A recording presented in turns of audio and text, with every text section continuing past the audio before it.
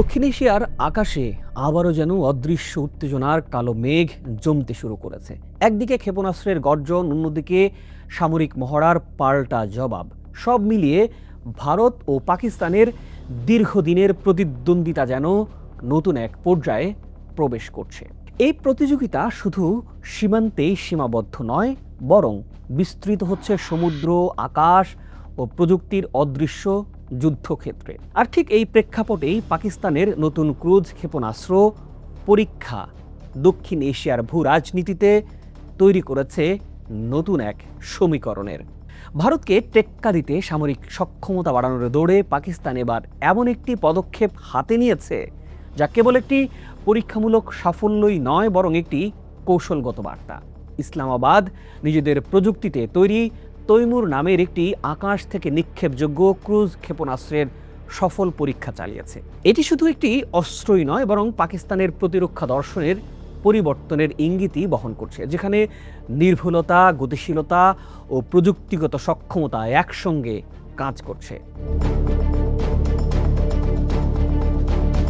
পাকিস্তানের সামরিক বাহিনীর গণমাধ্যম শাখা ইন্টার সার্ভিস পাবলিক রিলেশন বা ISPR জানিয়েছে, এই ক্ষেপণাস্ত্রটি বিশেষভাবে জাহাজ বিধ্বংসী হিসেবে ডিজাইন করা হয়েছে। অর্থাৎ এটি সমুদ্রভিত্তিক লক্ষ্যবস্তু ধ্বংসে অত্যন্ত কার্যকর মিসাইল। পরীক্ষার সময় নির্ধারিত লক্ষ্যবস্তুতে অত্যন্ত নিখুঁতভাবে আঘাত হানার মাধ্যমে এটি শুধু কার্যকারিতাই প্রমাণ করেনি, বরং এর অপারেশনাল প্রস্তুতিও নিশ্চিত করেছে।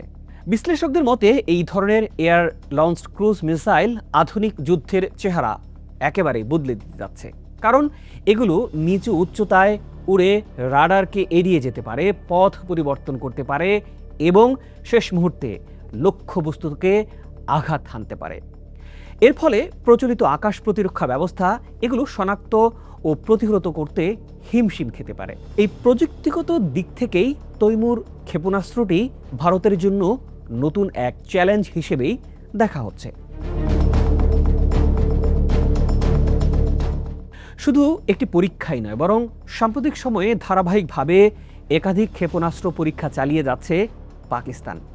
গেল 16 এপ্রিল তারা জাহাজ বিধ্বংসী একটি ব্যালিস্টিক ক্ষেপণাস্ত্রের পরীক্ষাও সম্পন্ন করেছে, যা তাদের সমুদ্রভিত্তিক আক্রমণ সক্ষমতার আরও একটি গুরুত্বপূর্ণ দিক তুলে ধরে।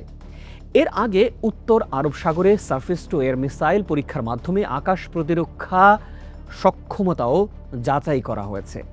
এইসব পরীক্ষার ধারাবাহিকতা স্পষ্ট করে পাকিস্তান ধাপে ধাপে একটি সমন্বিত প্রতিরক্ষা কাঠামো গড়ে তুলছে, যেখানে আক্রমণ ও প্রতিরক্ষা দুই দিকেই জোর দেয়া হচ্ছে। অন্যদিকে পাকিস্তানের এই পদক্ষেপকে এক মুহূর্তের জন্য হালকাভাবে নেয়নি ভারত, বরং শুরু থেকেই নজরদারি ও প্রস্তুতির মাধ্যমে একটি শক্ত বার্তা দিয়েছে দিল্লি। পাকিস্তানের ক্ষেপণাস্ত্র পরীক্ষার আগে আরব সাগরে মোতায়েন করা হয় ভারতের অত্যাধুনিক ট্র্যাকিং জাহাজ INS ধ্রুব। এই জাহাজের মাধ্যমে ক্ষেপণাস্ত্রের গতি, উচ্চতা, পথচিত্র ও প্রযুক্তিগত বৈশিষ্ট্য নিবিড়ভাবে পর্যবেক্ষণ করা হয়েছে।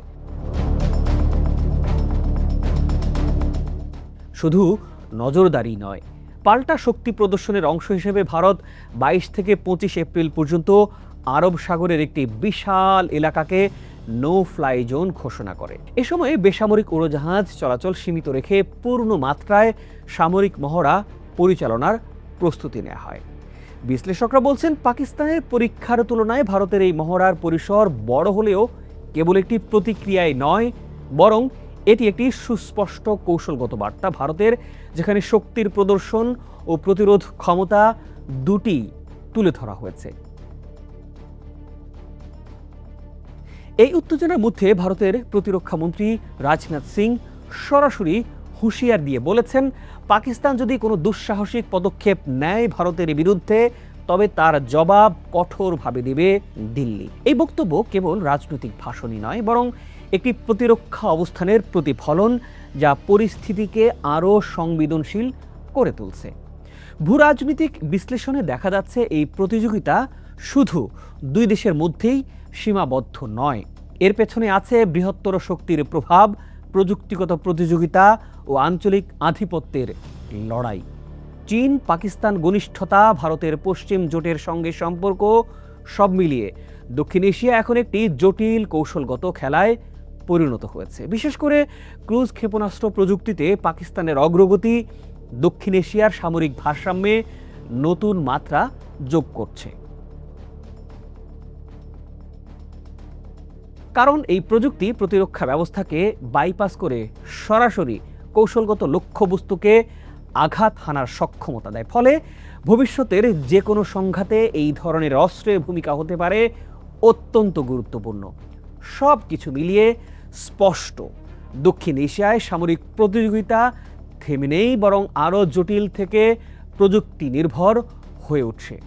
পাকিস্তানের তৈমুর ক্ষেপণাস্ত্র পরীক্ষা এবং ভারতের পাল্টা প্রস্তুতি, এই দুয়ের মধ্যেই লুকিয়ে আছে এক বড় বার্তা। সেটি হলো এই অঞ্চলে শক্তির ভারসাম্য প্রতিনিয়তই বদলে যাচ্ছে, আর সেই পরিবর্তনের প্রতিটি ধাপই নিয়ে আসছে নতুন অনিশ্চয়তা আর নতুন উদ্বেগ।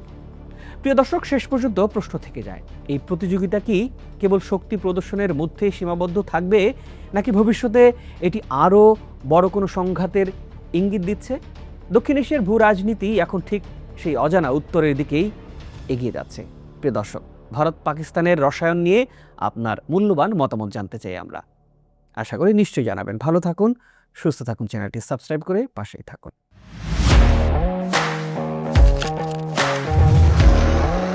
প্রফেশনাল স্টুডিও খুঁজছেন? ঢাকার প্রাইম লোকেশন নয়াপল্টনে দেশ সমাচার স্টুডিও আপনার কন্টেন্ট প্রোডাকশনের নির্ভরযোগ্য ঠিকানা। এখানে পাবেন 4K ক্যামেরায় মাল্টি অ্যাঙ্গেল রেকর্ডিং, আছে গ্রিন ও ব্ল্যাক স্ক্রিন সেটআপ, উন্নত মানের মাইক্রোফোন ও soundproof voice over booth. আপনার পছন্দ মতো স্টুডিও ডিজাইন করার সুযোগও থাকছে। Hazrat Shahjalal news content, talk show, interview বা পডকাস্ট, যা কিছুই করেন এখানে পাবেন প্রফেশনাল সেটআপ আর ফুল এডিটিং সাপোর্ট। আপনার চাহিদা অনুযায়ী বুক করতে পারেন আজই। কল কিংবা হোয়াটসঅ্যাপ করুন এই নাম্বারে 017202106557। ভিজিট করুন আমাদের ওয়েবসাইট ও ফেসবুক পেজ।